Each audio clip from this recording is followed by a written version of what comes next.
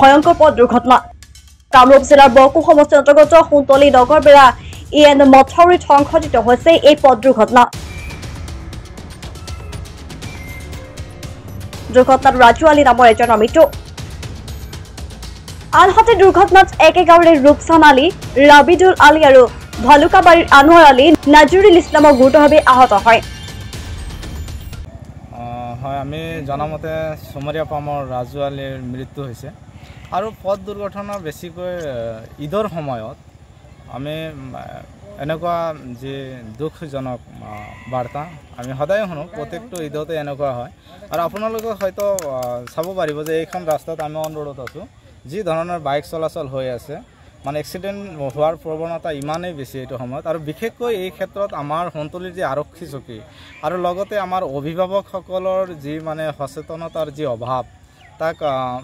মানে পৰিলক্ষিত হোৱা যায় এইখন অঞ্চলত এইটো অঞ্চলত আজি আৰু ফাৰ্ষ্ট টাইম মই চাইছোঁ যে সেই আৰক্ষী চকীৰ সন্মুখেদি অহাৰ সময়ত চাইছোঁ যে ফাৰ্ষ্ট টাইম তেখেতসকলে হেলমেট চেক কৰি আছে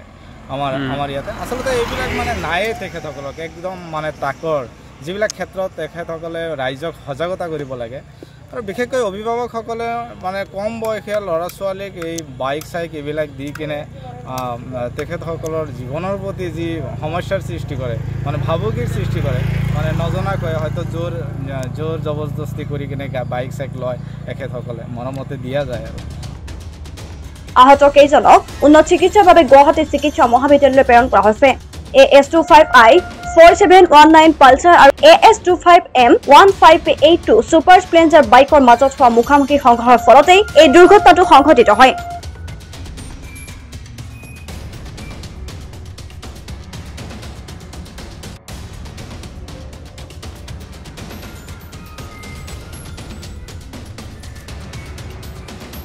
গড়েমাৰীৰ পৰা আব্দুল মতিনৰ ৰিপৰ্ট প্ৰাচুটাইম ডিজিটেল